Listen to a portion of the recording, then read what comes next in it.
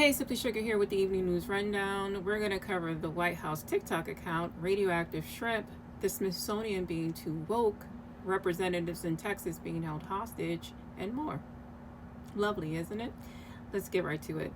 Texas Representative Nicole Collier has filed a lawsuit claiming illegal confinement after refusing to sign Republican permission slip that required Department of Public Safety escort to leave the Capitol. So she refused a slip saying, I'm going to give these people permission to be held hostage, to be watched under armed guard. By the way, she was representing her district by fleeing the state and refusing to gerrymander. I mean, she does represent people of Texas who don't necessarily, follow MAGA or the GOP. That's a thing. In 2025, she has to sue for her freedom. A black woman suing for her freedom in 2025. Meanwhile, the White House has officially launched an account on TikTok, which is very interesting because this is supposed to get banned in a couple of weeks. They want to reach younger people with specific messaging, and we know what that messaging is. But I thought that, under the new user agreement or user licensing agreement that TikTok has being issued, the new rules, this kind of speech is not allowed, right? Maybe only that speech is allowed from a certain segment of society. A new USCIS policy expands the good moral character requirement for naturalization to include positive indicators like community involvement, education, employment, and family responsibility, not just a clean legal record. So if you're a wonderful Christian nationalist, you get to enter.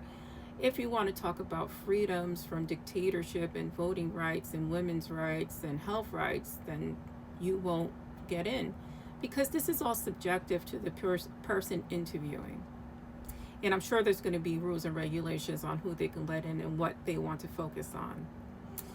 In an interview with Fox and Friends, Trump said efforts to broker peace in Ukraine reflect his desire to help others and maybe earn a spot in heaven, quipping he's not doing well on that front. I'm going to do the opposite of what many Christians do, and I'm going to hold my tongue on this and not judge. But, I have thoughts.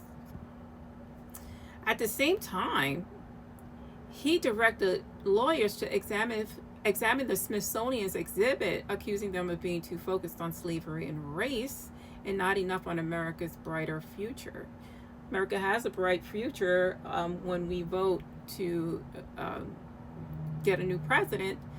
And also, America has that bright future because it was brokered on the backs of slaves. That's why we had so much money, free labor.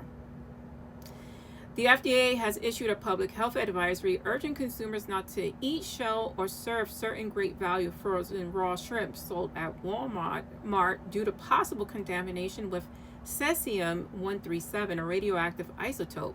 The shrimp were sourced from Indonesia BMS Foods and were flagged by customs at multiple U.S. ports.